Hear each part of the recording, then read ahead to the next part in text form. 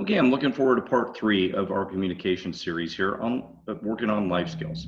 So part 1, we went over nonverbal skills. Part 2, we went over minimal encouragers and the first level of speaking and how we're going to talk. I really encourage you, if you haven't done that yet, to review part 1 and part 2. They're really critical parts of communication. The real critical thing in communication, as we mentioned in our last couple series, was to understand first and be understood second. So I can't emphasize this enough. We're going to underline that. Understand first and be understood second. Part of the issue here is, as we understand first, is that for somebody, when we're having a conversation, if the person that we're talking with, and look, I understand, before we start with this, when we're having a conversation, a lot of times it can be potentially adversarial. And by this, I mean, I'm taking it out of us being an instructor or us being a teacher or us being somebody that might be a boss in a work situation, but just two people talking. If it's two people talking and we're peers, it might be something where we both are talking about something where we have a disagreement, or we're trying to get our point across. And when two people are trying to get our point across, we've got two different points, and I want to get my point across, you want to get your point across. And what happens is somebody's got to decide that they're going to listen. And when we're intelligent people, which you guys, if you're listening to this, we're going to make the assumption are, because all of our people that we work with are all intelligent. We're gonna think that we understand when people have verbal communication, that we understand what they're saying. But remember, nonverbal communication and the tone and intonation make up most of what communication is. We talked about that in our first series. And what understand first means is delete this. If this is me and this is you, delete this attempt to try to get my point across. Just don't try to get my point across until this point is heard. Now, this is very difficult. This is probably the most important or the most difficult thing that we could do, is put our point of view aside. And when we know, and this is difficult because we know that the other person is not doing that at the same time. It's almost like we feel, well, it is like, very frequently we feel like it's unfair. Well, it's unfair. This should be a balanced and an equitable situation, that we want to make sure that our point's getting heard at the same time as the other person's point's getting heard. That's the problem. And the only way I can say this that makes some sense is we've kind of got to be the adult about this. Our martial arts students and you guys as black belts have to be I don't want to say this sounding like a superior situation, but the better person in a communication situation. You're getting more training right now. You're getting more advanced skills in this seminar that we're doing here in our video. So we have to make a decision. If we really want this to work, and that's what understand first means, is that we're going to put ourselves aside for a minute because we have this skill, and we're going to we're going to erase this where we're going to get understood. We're just going to understand them first. And what happens is something that feels kind of magical. It really isn't magical, but once we get heard, or once they get understood, then we can be understood. And that is what's important about part 3 of communication. The third part really is what we say. And I'm going to list some things that we can say that help facilitate communication before we even have a conversation. But I don't want to bring up too many things about what's going on in the world right now, because this seminar is supposed to be designed to work universally. We might be playing this video in a couple of years, but right now, and even over time, there might be protests in the world where one group might be protesting and another group's protesting back or communicating back. What's happening is Everybody wants to get their point heard at the same time. And if I want my point heard and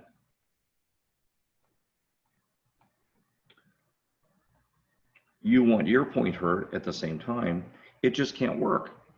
This kind of back and forth never works. So that's what we're trying to accomplish here is there's person one and person two, and somebody's got to make a decision. Somebody's got to make a decision that I'm going to not get heard for a little bit. Again, that's the hardest part.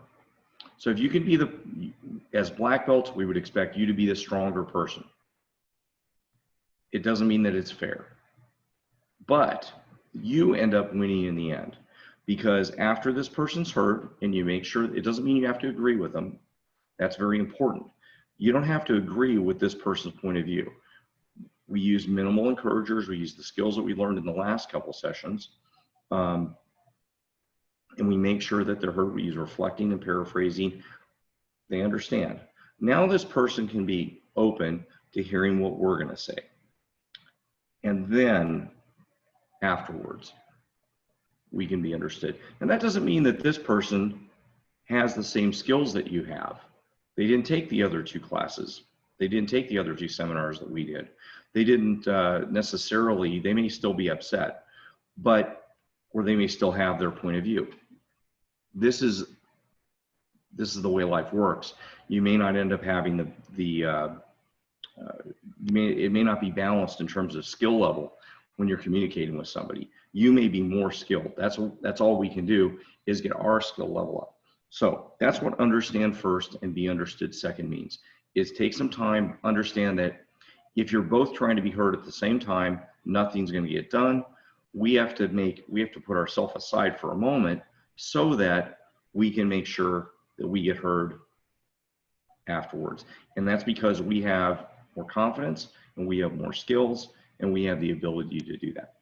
Okay, so that's part of our part 3 training today, is understand that this is we got to accept that doesn't mean that it's fair. Now, I want to emphasize, that doesn't mean we have to agree with them. That doesn't mean we have to do whatever they say. It doesn't mean that we have to comply with their wishes. It just means that we need to make sure that they're heard, and then we can come to some kind of agreement. Sometimes when they get heard, that's the end of the conversation. Sometimes people just want to be heard and then their problem solved. Sometimes when we hear what's going on, it gives us a new perspective. So that's part 1 of our part 3 section today. The next part is, and it comes right from our book. If you look at level 3 in our life skill book, what we're using in our martial arts classes, and this is verbal communication. And remember, our pyramid of communication was nonverbal and then tone, and this represented most of communication. The last part, which we think is most of what we say, but it only represents a small part of what matters, is verbal. And today I wanted to emphasize the skills that we talk about in our martial arts classes that make a big difference verbally, but you may not be using them in everyday life. One of those is yes, sir, or ma'am. Yes or no, sir, yes or no, ma'am. This is something that if you use this in habit, I use it every time if I'm at a restaurant, somebody's asking me for my order, if I'm buying something at the store, if I'm on the phone, maybe I'm trying to solve a problem with a company that I'm doing business with, I say yes, sir, and yes, ma'am. What is the result of this? You know, sometimes people think, well, that puts you in a subservient position. Actually, what it's doing is showing respect towards another person ahead of time. They haven't necessarily earned respect. I may not even know them. In fact, if I'm dealing with a company, I'm calling them to buy something, I haven't met the person that I'm on the phone with. But if you show respect towards other people, then their response is going to be what? Is it going to be that they feel superior to you, or is it going to be that they're going to show you respect back? Probably the latter. So using yes, sir, and yes, ma'am, that's one of the reasons we use it in our martial arts classes. It's for you to get training. And for parents that are listening to this, this is a good way for you to role model this for your kids. I say yes, sir, and yes, sir to my son. And he says yes, sir back to me. Not all the time, but when we're in many situations. So we can start developing the habit of using these kind of skills. So what other kinds of things? Now in our book, what our ideal situation when you come to class, we have a chart. We're going to write some different ways that we use some of the skills in class.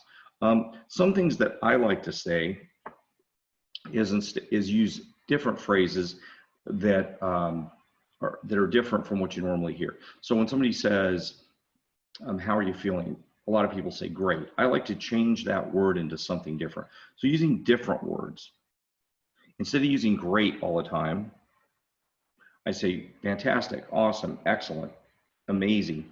Using different words with people helps them hear you better because you're not using the same systematic word every single time.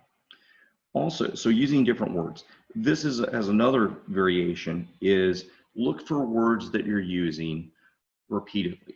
So I tend to use the word, or in the past I've used the word like.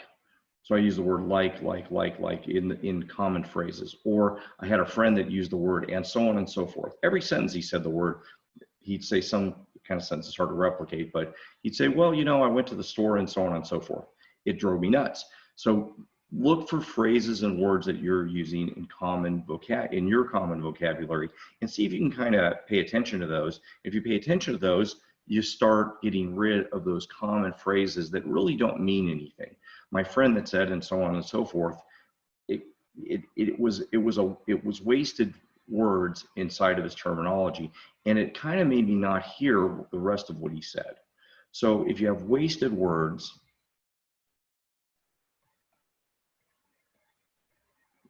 they just don't need to be used. The word very a lot of times doesn't need to be used. Well, I was very unhappy. You could just say I was unhappy. The very doesn't really change the word, change the phrase much at all. So one of my professors in school used to say that the word very just should be struck from the English language. I'm not sure that's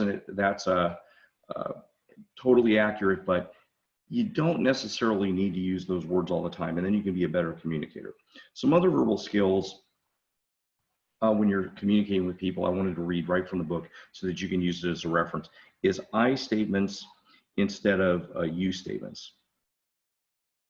So when you're talking to people, I would prefer it, or it works better, you're more effective, if you say, well, I feel like we're having trouble communicating, instead of, well, you didn't explain that well to me. That's a completely different thing. Then I'm taking responsibility for what's going on, or at least for what I'm feeling like is a problem. So these are skills that, again, you can refer to the book and get more detail in it. And in our classes, we'll be practicing how to work through these skills. And if you practice these kind of skills when you're not in an adversarial conversation, it's very difficult to practice it if you're mad at somebody. To try to practice these kind of skills, it almost never works.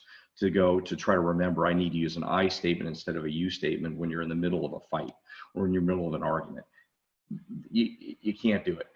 But if you're practicing it when you're in a class, in our classes, we do a tiny bit of it so that we can practice it over years and years and years. As you become a first degree, second degree, third degree black belt, then you can get better. Now, for instructors, we have some of these skills. For instructors, the verbal skills that we use are also, let me erase some of these so we have some room.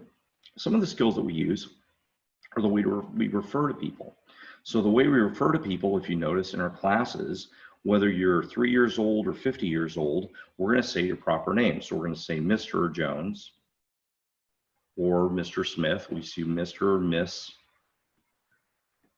So we use proper names. We use Mr. or Miss. Or for masters, once you become a master, you use master all the time. So we don't use first names unless there's two Mr. Joneses or Mr. Smiths in a class, then we'll use first names as well. Mr. Sally Jones or Mr. Well, that would be Miss Sally Jones probably. to designate two different people in class. So we use these Mr. or Miss. Now, why do we do that? Because in our culture, that shows another level of respect. So I would also encourage you in the rest of the world, in the environment that you're in, to encourage for parents, their kids to use Mr. and Miss. I see some schools that they call their teachers, and again, whatever your school's doing is fine. But if it was me, I wouldn't have schools call their teachers Miss Sally or Mr. Bob, because it's not quite as a high level of respect for the person that should have a really high level of respect.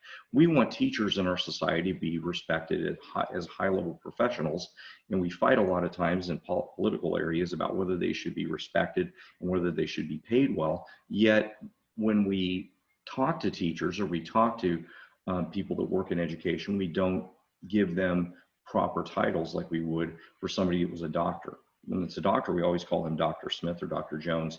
But yet when they're a teacher, I believe they should have the same kind of titling. We use that same kind of titling for all of our students. So these are ways, so for our part 3, these are ways that we speak to other people in our verbal conversation so that we can make sure that we are proactively showing respect out to the rest of the environment, the rest of our population, the rest of everybody that we talk to, so that we can then have better results for us. It's better for us to be respectful to other people for sure, but even if you're 100% selfish, this would end up giving you better results for you. Okay, all right, hopefully that was great for everybody and that was beneficial. We're going to be coming back for part 4 later, and I hope you have a good experience in your classes the next few weeks. Please always give us feedback in our classes, and I look forward to seeing you next time.